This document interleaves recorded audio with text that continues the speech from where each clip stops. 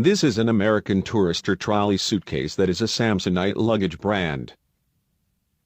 The overall quality is good, but here you will see why it was a bad decision to buy this cabin bag.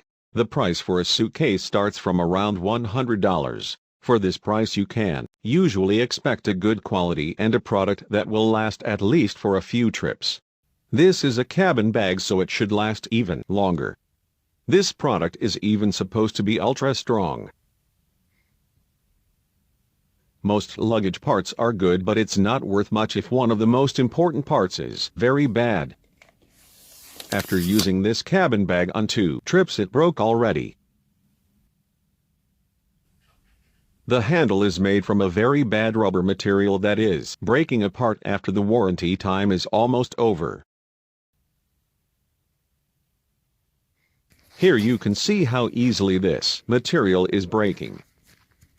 It is clearly indicating that the used material has a very low quality and no durability. The customer support didn't answer us, although we tried to contact them several times.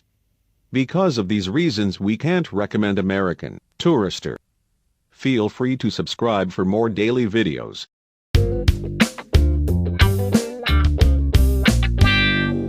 Thanks for watching.